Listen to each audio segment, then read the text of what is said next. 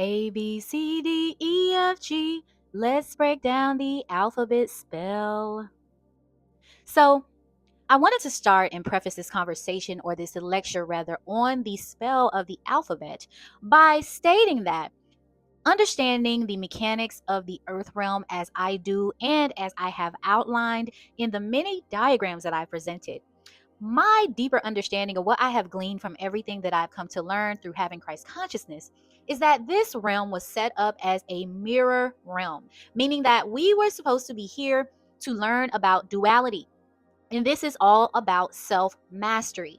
It's all about looking in the mirror of your opposite, or looking in the mirror at yourself through or reflected through yourself and others, whether that be your masculine or feminine counterpart, or that be people that you encounter on a regular basis, or that be the earth and looking at it and examining the different things that kind of show you how to become a master of self. This realm was meant for self mastery. It was not meant for it to be conquered or to be split four ways. You are here to learn about yourself through yourself, and understanding that everything is you. And a part of what I have been teaching here lately, or I've been led to teach, is about the intersex or the intersexuality of this being that has been deified within this realm by a select group of people who are seeking to circumvent the duality of the realm by creating alternative math equations. Okay. And a large part of how this is done is through light bending. On a quantum level, everything is frequency and light, and everything can be measured in wavelength. And when you think about wavelength, you're thinking about a trough and a wave that's basically going in an up or down motion. This creates varied degrees of light depending on how loose or how tight that wavelength is. It determines what you're going to see or how solid something is. So this realm was built on light, okay? And when you understand what light bending is, all it takes is something to skew your perception or to bend the light in a certain way. And that is what the language, which is also what the Tower of Babel in the Bible in Genesis 11 was all about.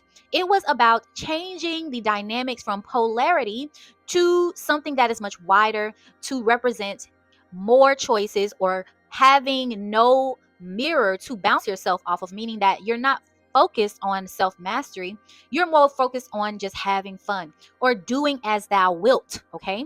And this was never a part of the program. This was do unto others as you would have them do unto you, because if you are in your awakening phase, then you know everything is connected. This simulation, or this light simulation, is just one big form of light in varied degrees. So when you think that you're doing one thing and that's not seen or felt in other places, all things have a ripple effect. And those in charge have figured out how to change those ripples by forming these varied arcs of light and creating or scripting a language that would shape the reality for many. So what I'm doing here is focusing on the alphabet, or the English alphabet, the shapes of the letters, and I am strictly interpreting them according to their arcs of light. I'm not looking at them through any other symbology other than the shapes and what they represent. I am focused on how they play out in the material realm through the masculine and feminine polarity. All other choices and people who adhere to alternative things aside, my focus is on the anatomy. Okay. And when I'm looking at the alphabet, I can clearly see that there is a distinct outline of shapes, and they are repetitive. So this is something that can definitely be tracked with these shapes. And what I have found by looking at them, I can tell you that they are extremely intentional in their shape. So if you look at my codex that I have down here at the bottom, I have outlined that a straight line, which is an I, is a representation of a phallus. Anytime you see a 1 in any formation is a phallus. Anytime you see a C, you're looking at a half of a circle, which is 180 degrees. If you look at an Ankh, it has a 180-degree angle at the top, and it also has an isosceles triangle right at the bottom, which is representative of the V. Okay, so those two, or these three particular arcs, are represented in the Ankh in its entirety. Okay, and then you also have a circle, which is also represented in the Ankh, which is the flower of life. If you take a bunch of circles and you circle them around and you put them in the proper position, you will eventually form from a circle, you will eventually get the Ankh, which includes all of these shapes. Now, what they don't include, what is not included in the Ankh, necessarily not together, because you do have a section on the outside of the ankh that has this little curved like 50-degree angle, but it's not two of them. Okay, so here with the Z, you have two 50-degree angles joined together, and this is what I like to call Zeus. And Zeus is a representation of lightning. And within this alphabet, we're going to look at our Z and our N as our lightning for Zeus and the lightning striking, because the Z is basically an N turned in the downward direction, which is a representation of the lightning striking. When you think about Zeus, what I have determined is that Zeus is a representation of Xenon. And in my moon machine model, Xenon is the false light, or basically the demiurge, as they call it. It is the light that is housed within the machine that shines out and projects onto the alloy balls to map the 196 squares of light, or the grid. It bounces off of the star system to create the light grid that pretty much forms all light bodies, and then matter cleaves to those bodies through the magnetic resonance that's created through the vortex of Earth. You can watch one of my other videos to get more detail on that, but I'm just grazing over it here so you can understand that the moon machine is a false light. Okay, not only is it a false light, it's at the center of the realm. It is also an artificial womb space. So it is a reincarnation machine that cycles souls in and out so you can be born again into another body. It's an artificial womb. It has a ball that houses it at 180 degrees, and it has these mechanics within it, and Xenon is one of them. And Xenon also can engage with the atmosphere to cause lightning. This is why Zeus is associated with lightning, okay? And also the eagle, which I have a diagram that I will plug in here so you can see that in full. But when you're thinking about the moon machine, think about the artificial womb, okay? And when you're thinking about this crossroads intersects deity, think about it being an artificial or a cloning of the artificial moon, or the moon worship, okay, of a intersection being, okay, being at the center of the realm, being at the crossroads of the realm, something that was erected in the center, okay, that represents the cross or the 4 points, and the intersection of the sphere or the circle or the complete circle of Earth, which is 360 degrees, or the egg, which is the feminine. Okay, so when we think about the moon machine, when we think about Zeus, and we think about lightning, and we see this N and the Z, we're going to think about that artificial womb and what is attempting to be born out of that artificial womb, or what they are seeking to create by this alphabet. And every time we speak words, every time we talk, every time we write, this is why they had cursive in school, and they seemingly have removed it, because when you are writing, there is power in forming these very sigils, okay?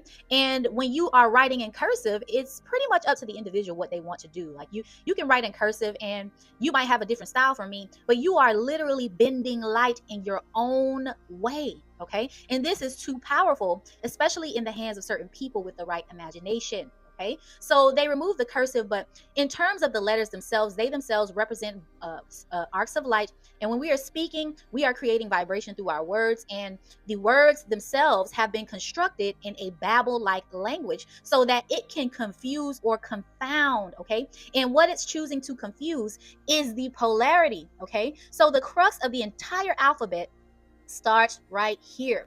I want you to also notice the fact that it's only 26 letters, and that is done on purpose because the 8 is a representation of the moon. When you are going through an 8 cycle, this is how the loop works. You go, you live a life, you go through the moon machine. You go, you live a life, you go through the moon machine. That's exactly how this loop works, or reincarnation works. So cutting it off at 26, which 2 plus 6 equals 8, is keeping everyone in a loop cycle language.